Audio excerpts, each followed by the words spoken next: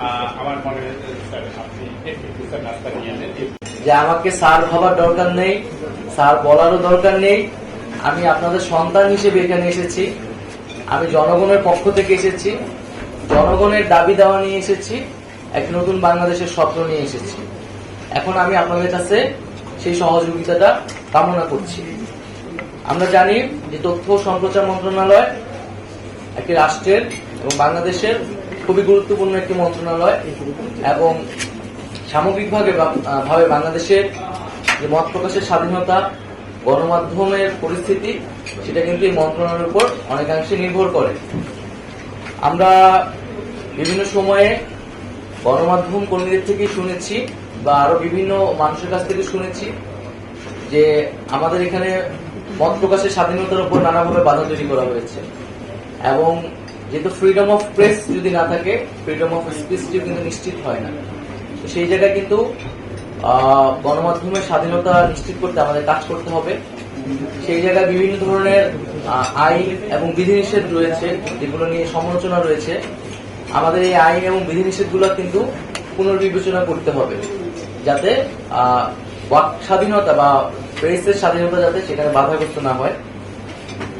দ্বিতীয়ত, আমাদের এই আন্দোলনে ছাত্র জনতা, শ্রমিকদের পাশাপাশি কিন্তু প্রচুর সাংবাদিক শহীদ হয়েছেন, আহত হয়েছেন। আমি জানি না এখন পর্যন্ত কি উদ্যোগ নেওয়া হয়েছে, কিন্তু দ্রুত সময়ের মধ্যে এই সাংবাদিক যারা এখনো আহত অবস্থায় আছেন এবং যারা শহীদ হয়েছেন তাদের পাশে এবং তাদের পরিবারের পাশে আমাদের দাঁড়ানো উচিত।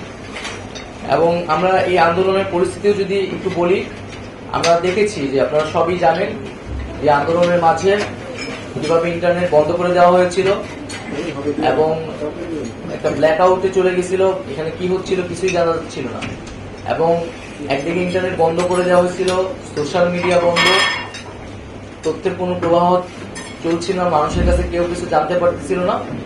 এবং অন্যদিকে ইলেকট্রনিক মিডিয়া কিন্তু সম্পূর্ণ সরকারের করায়ত্তে ছিল। এবং এটা আমি নিজের ব্যক্তিগত অভিজ্ঞতা থেকে বলছি, আমাদের কোনো বক্তব্য কিন্তু একটা সময় সেই সময় প্রচার করা হতো না। আমাদের বিভ্রান্তিকর বক্তব্য বা হচ্ছে যেটা আমরা বলিনি এরকম মিসকোট করে প্রচার করা হতো। তারপর আমরা সেই সময় দেখেছি যে কিছু প্রিন্ট মিডিয়া আমাদেরকে সাপোর্ট দিয়েছে, আমাদেরকে অনেক মিডিয়ার অনেক জায়গা থেকে বিভিন্ন ভাবে সাপোর্ট দেওয়া হয়েছে। এই আন্দোলনের পুরোটা সময় যারা ফিল্ড লেভেলে কাজ করেছে, রিপোর্টাররা কাজ করেছে, তারা আমাদেরকে নানাভাবে সহায়তা করেছে। এই আন্দোলনে জনগণের পক্ষে থেকেছে। হয়তো হাউজের কারণে, হাউজের পলিসির কারণে, মালিকের কারণে অনেক কিছু তারা সেই সময় করতে পারেনি। আমরা চাই না যে এই জিনিসগুলো বাংলাদেশে কখনো পুনরায় ফিরে আসুক। গণমাধ্যম যাতে তার যে স্বাধীনতা, সেই স্বাধীনতা নিয়ে কাজ করতে পারে এবং জনগণের পক্ষে সবসময় কথা বলতে পারে। আমরা সাংবাদিকদের বেতন কাঠামোর বিষয়টি নিয়ে কথা বলতে চাই। এটি নিয়ে অনেক অসন্তোষ রয়েছে এবং আমরা যদি মেধাবীদেরকে উৎসাহিত করতে না পারি সাংবাদিকতায়, তাহলে কিন্তু সাংবাদিকতা এগোবে না। সেই জায়গায় যারা রিপোর্টার, যারা জুনিয়র লেভেলে কাজ করতেছে, তাদের বেতন কাঠামো কিন্তু খুবই কম। অনেক জায়গায় কোনো বেতন কাঠামো মানা হয় না। তো এই বিষয়ে সুস্পষ্ট নীতিমালা প্রয়োজন। এবং আমাদের যে প্রতিষ্ঠানগুলোর কথা আপনারা বললেন, এই প্রতিষ্ঠানগুলা দ্রুততার সাথে গতিশীল করা দরকার, আধুনিকীকরণ করা দরকার। এগুলো খুবই স্থবির অবস্থায় আছে। বিটিভিকে দেখলে মনে হয় এটা 90 দশকে, 80 দশকের বিটিভি, এবং ওই জেনারেশনই বিটিভি দেখে, আর কেউ দেখে কিনা আমরা জানি না। একটা তো হচ্ছে তার একটা দলীয়করণ, রাজনৈতিককরণ আছে, আরেকটা হচ্ছে তার কন্টেন্ট গুলাও হচ্ছে মনে হয় যে এই প্রজন্মের জন্য নয়। তো সেই জায়গা থেকে আমি মনে করি সকল প্রতিষ্ঠানগুলোকে আধুনিকায়ন করা উচিত। মানে জাস্ট সরকারি একটা প্রতিষ্ঠান এবং সেখানে কিছু সরকারের পক্ষ থেকে সরকার অ্যাসাইন করে কিছু লোক বসবে, কিছু পদ দখল করে বসে থাকবে, এরকমটা যাতে না হয়। সত্যিকার অর্থে যাতে এই প্রতিষ্ঠানগুলা কাজ করে, এই জন্য আধুনিকায়ন এবং গতিশীল করা উচিত। আমাদের যেই সেন্সর বোর্ড, জুরি বোর্ড এবং এই ধরনের যে কমিটিগুলো রয়েছে, এই কমিটিগুলো দ্রুত সময়ের মধ্যে পুনর্গঠন করা উচিত। এবং সার্বিকভাবে আমি বলবো যে আমাদের যে ফিল্ম, আমাদের চলচ্চিত্র নিয়ে আমাদের অনেক বেশি কাজ করতে হবে। আমাদের তরুণ প্রজন্মের কিন্তু অনেক আকাঙ্ক্ষা চলচ্চিত্রের জায়গা থেকে, এবং সেই আকাঙ্ক্ষা কিন্তু বাংলাদেশে পূরণ হচ্ছে না। কিন্তু অনেক আগ্রহী ছেলে পেলে আছে যারা কাজ করতে চায়, তো সেই আকাঙ্ক্ষা অনুযায়ী আমাদের হচ্ছে চলচ্চিত্র নিয়ে কাজ করতে হবে। আমরা ইতিমধ্যে জানি যে আমাদের অনেকগুলো চলচ্চিত্র সেন্সরড অবস্থায় আছে, তো সেই চলচ্চিত্রগুলো পুনর্বিবেচনা করা উচিত এবং যদি কোনো নীতিমালা ভঙ্গ না হয় এবং তাহলে সেই চলচ্চিত্রগুলোকে দ্রুত সময়ের মধ্যে প্রকাশ করার সুযোগ দেওয়া উচিত এবং এই সকল ক্ষেত্রে কোনো ধরনের স্বজনপ্রীতি কোনো ধরনের ব্যক্তিগত পরিচয় যাতে বিবেচনায় না নেওয়া হয়, একেবারেই নীতিমালা এবং যৌক্তিকতার ভিত্তিতে যাতে সকল বিবেচনা করা হয়। সার্বিকভাবে আমি হয়তো আপনাদের সাথে আরো বসে আপনাদের কথাগুলো শুনবো এবং আমাদের যে ভিশনগুলো আছে সেটি আপনাদের সাথে শেয়ার করব। আমরা একটি মেধাভিত্তিক বৈষম্যহীন বাংলাদেশ চেয়েছি এবং একটি দুর্নীতিমুক্ত বাংলাদেশ চেয়েছি। সেই আকাঙ্ক্ষায় আমরা বাংলাদেশকে পুনর্গঠন করতে চাচ্ছি সার্বিকভাবে সকল সেক্টরে, এবং আপনাদের কাছেও সেই আহ্বানটি থাকবে যে সরকার যে লক্ষ্য নিয়ে কাজ করছে আমরা সকলে একসাথে ঐক্যবদ্ধভাবে বাংলাদেশের মানুষের পক্ষে এই বাংলাদেশটি গড়ে তুলব। এটি আমাদের কাছে একটি সুযোগ এসেছে, সেই সুযোগটি আমরা কাজে লাগাবো এবং আমাদের যে গণমাধ্যম, আমাদের যে তথ্য এবং সম্প্রচার, সেই বিষয়গুলো নিয়ে আমরা যাতে আমাদের কোনো ধরনের সমালোচনা সুযোগ না আসে সেই বিষয়ে আমরা সচেতন থাকবো। আমরা জানি বিগত সময়গুলোতে গণমাধ্যম বিভিন্ন সূচকে কিন্তু বাংলাদেশের অবস্থান খুবই খারাপ ছিল। দক্ষিণ এশিয়াতে আফগানিস্তানের পরে কিন্তু বাংলাদেশ ছিল, এত নিচের দিকে ছিল। এই বিষয়গুলো কিন্তু আমাদের খুব গুরুত্বের সাথে বিবেচনা করা উচিত, কারণ গণমাধ্যমের স্বাধীনতা কিন্তু গণতন্ত্রের অন্যতম একটি পিলার বলা যায়। তো আমরা যদি গণতন্ত্র চাই, আমাদেরকে গণমাধ্যমের স্বাধীনতা, মানুষের বাক স্বাধীনতা নিশ্চিত করতে হবে। আমি আরেকটি বিষয় উল্লেখ করে শেষ করব, যে সাগররণী হত্যাকাণ্ড, এই হত্যাকাণ্ড খুবই বেদনাদায়ক, খুবই নির্মম, এবং আমরা জানি এই হত্যাকাণ্ডের বিচার নিয়ে কি পরিমাণ প্রহসন করা হয়েছে, যে বারবার তার প্রতিবেদন গুলা পিছানো হয়েছে। তো এই সাগররণী হত্যাকাণ্ড সহ এই ধরনের যে হত্যাকাণ্ড গুলা হয়েছে, সাংবাদিকদের উপর নিপীড়ন হয়েছে, এই বিষয়গুলোর তদন্ত করতে হবে এবং সরকারের জায়গা থেকে যা ভূমিকা বা মন্ত্রণালয়ের জায়গা থেকে সেই ভূমিকাগুলো আমরা অবশ্যই পালন করব। তো আমি সংক্ষেপে আমার কথা শেষ করছি, এরপরে হয়তো আপনাদের কথা যদি থাকে বা সাংবাদিকদের কথা থাকলে আমি হয়তো বলতে। ধন্যবাদ।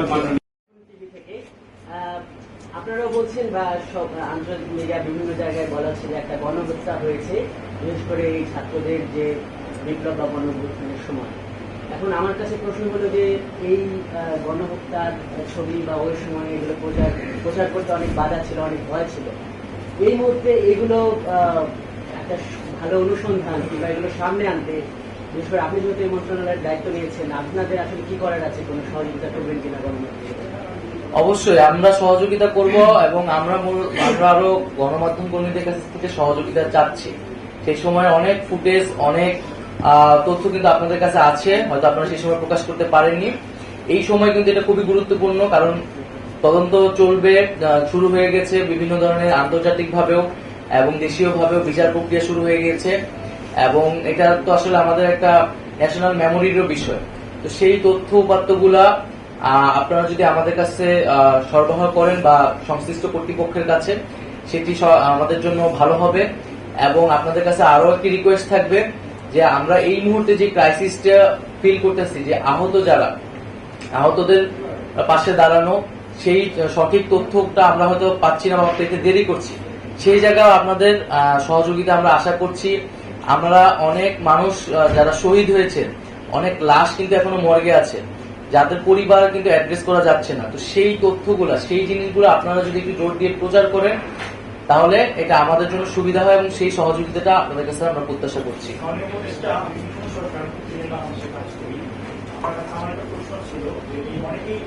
উদ্দেশ্য প্রণোদিত ব্যক্তিদের পক্ষে ঘায়ল করার জন্য মামলা চলমান আছে, এখানে অনেকের নাম ব্যবহার করবে।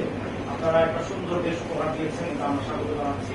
এই ধরনের বিষয়গুলো আপনারা কিভাবে দেখবেন? স্থানীয় পর্যায়ে বিরোধ ছিল অনেকের সুযোগ নিয়ে, ব্যবসা নিয়ে তাদের সুযোগগুলো কাজে লাগছে, থানা পরিষদের সমন্বয় স্থানীয় পর্যায়ের মানুষগুলোর বিষয়গুলো আপনারা কিভাবে দেখবেন? আমরা তো বলেছি আমরা ন্যায় বিচার চাই, এবং এখানে যে যারা অপরাধের সাথে জড়িত ছিলেন না, তাদের প্রতি যাতে কোনো ধরনের তাদের বিরুদ্ধে যাতে কোনো ধরনের ব্যবস্থা না নেওয়া হয়, সেই বিষয়ে আমাদের নির্দেশনা রয়েছে এবং মামলাগুলো হলেও সেগুলো কিন্তু সুস্পষ্ট তদন্তের ভিত্তিতে সেই বিষয়ে ব্যবস্থা নেওয়া হবে। এই বিষয়ে কিন্তু আইন মন্ত্রণালয়কে নির্দেশনা দেওয়া আছে।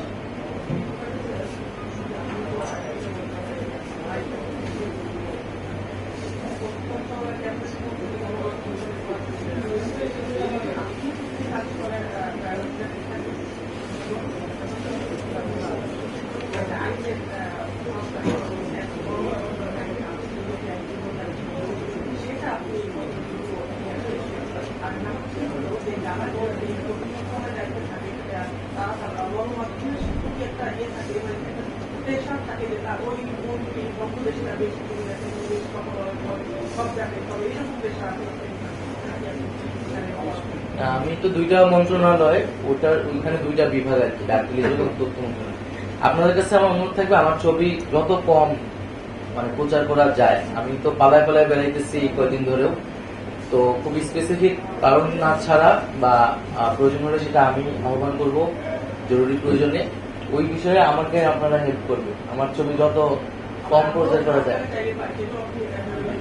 না সেটা তো আমি আমার জায়গা থেকে ইনশিওর করবো। আর আরেকটা কি বিষয় বললেন যে আর আইনের বিষয়টা আমি তো বললাম, আমি তো একদিন হচ্ছে দায়িত্বে এসেছি, সমালোচনাগুলা অ্যাড্রেস করা হবে এবং সাংবাদিকদের সাথে বসে আমি মূলত তাদের পক্ষ থেকে তাদের কাছ থেকে শুনতে চাই তারা কি ধরনের চ্যালেঞ্জ।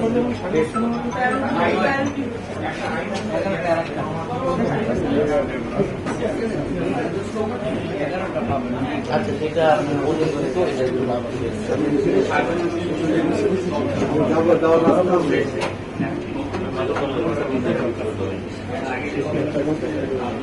আমরা দ্রুত সময়ের মধ্যে এটার বিচার চাচ্ছি।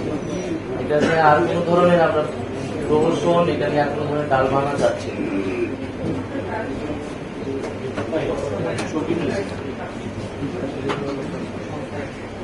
প্রায়োরিটি তো আমরা সব মন্ত্রণালয়ের সর্বশেক্টরে একটা কাঠামোগত সংস্কারের কথা ভাবছি, যাতে দীর্ঘমেয়াদী এটার সুফলটা আসে।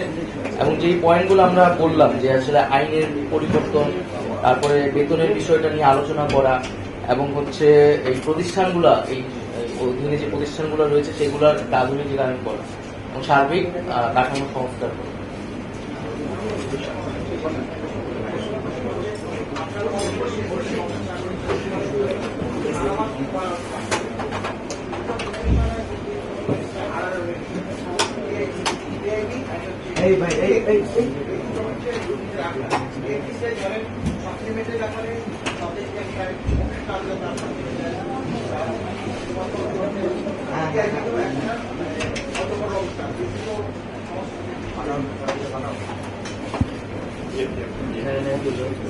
অবশ্যই আমরা তো বলেছি যে দুর্নীতি স্বজনপ্রীতির কোন স্থান আমরা এখানে দেখতে চাই না এবং প্রতিষ্ঠানগুলোকে সম্পূর্ণ নিরপেক্ষভাবে আমাদেরকে দাঁড়া করাতে হবে। সাংবাদিকদের প্রতিও গণমাধ্যমের প্রতি আহ্বান থাকবে, গণমাধ্যমের সবচেয়ে বড় শক্তির জায়গাটা হচ্ছে নিরপেক্ষতা। এবং আমরা যদি আমাদের বাংলাদেশের গণমাধ্যমের পরিস্থিতি দেখি যে এক ধরনের আওয়ামী লীগ বিএনপির মতো গণমাধ্যমে হচ্ছে এই ধরনের দুইটা ভাগ থাকে, তো এই বিষয়গুলাও গণমাধ্যম কোন বা সাংবাদিকরা বিবেচনা করবেন যাতে আমরা এই ধরনের রাজনীতি বা দলীয়করণ যাতে সাংবাদিকদের ভিতরে না দেখি, আমরা যাতে একটা নিরপেক্ষ জায়গায় জনগণের পক্ষে কথা বলতে পারি।